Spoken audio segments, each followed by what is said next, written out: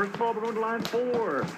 This is next gentleman. His name is Todd Keeping, and he has been very active on Twitter talking about chemtrails. Most don't know what they are, and right now we're going to find out just exactly what they are and the potential problems they cause. He's on line 4.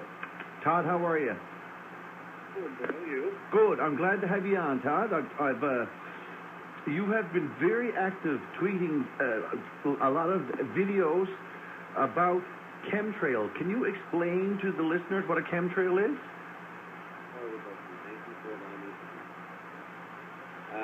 Chemtrail is kind of a compound word for chemical trails, kind of like a contrail, which is just a condensation trail. Most people are used to what they see coming out of an airplane would be a condensation trail. That usually dissipates within 10 seconds to a minute. When you see a trail go across the sky, like what we see in our sky today, just a straight line going across that stay there, and then they puff out and create a cloud, well, that is a chemical trail, or chemtrail. In which case, potentially, I saw one tonight driving to VOCM, because I did see what looked like, because, I grew up in Outer Grove next to the airport. You always did notice the planes going by and the trails that were given that did dissipate pretty quick, but you're saying that these don't. So where are they coming from, and why are they being used, Todd? For one, the military is definitely using them. There's records that go back to 1937 showing that the military uses it for radar. It's called Lidar. It's a different type of radar, and if they sprayed over an area, then they're undetectable. Their aircraft is undetectable by radar. And that's one reason. So what are the chemicals that are being put into the air, from what you can gather and what you've looked at, what are the chemicals and why are they being used? Well, it says here that they use aluminum strips from aircraft to generate a cloud of false echoes. They said an early idea was to use sheets the size of a notebook page. They would be printed so they would also serve as propaganda leaflets. This is way back before the Second World War.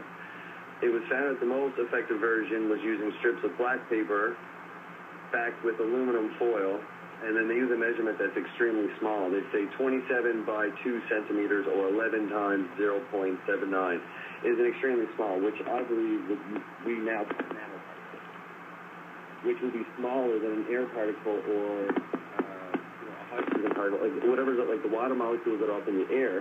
So they're smaller than that, so they can attract to it. And that is how they're able to stay up in the air for such a long period of time. But I mean, they're eventually going to fall down, and that's what I want to know. Like, what's falling down on us, and what effect does that have?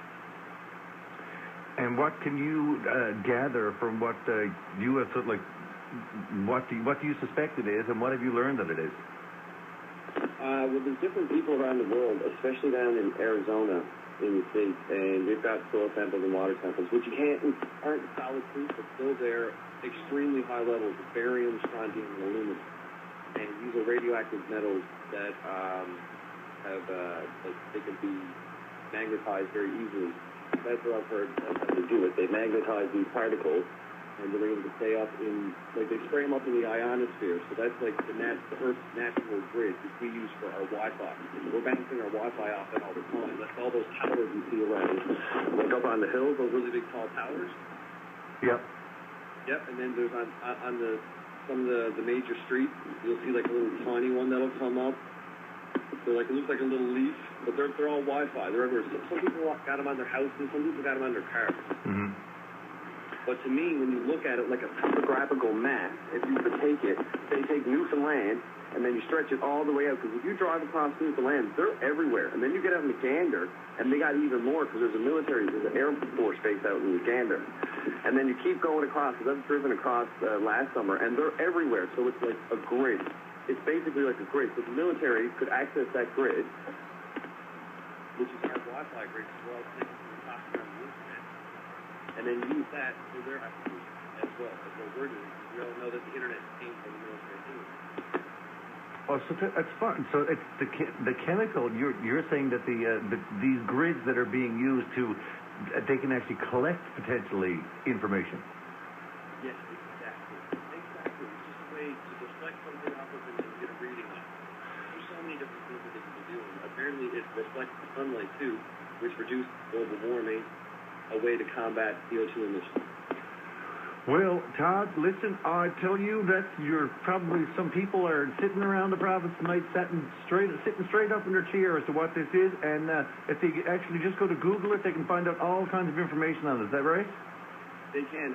If they just type in either military chaff, that's CHAFF, or if they type in NASA tracers, and it actually comes up, and they break it down, and they talk about aluminum and barium, and they talk about spraying it, and they even show pictures on an official NASA website. And NASA's here now doing projects, and I see them spraying, so I'm thinking, is that NASA doing that too? Very interesting, Todd. Yep. Listen, keep sending that stuff out. I love to see what you got coming on your Twitter feed. Excellent. Thank you, too. Thanks, Todd. I'll love to hear you on the line. Great. Thanks a lot. Thanks, and have a good night. Bye-bye. Bye-bye.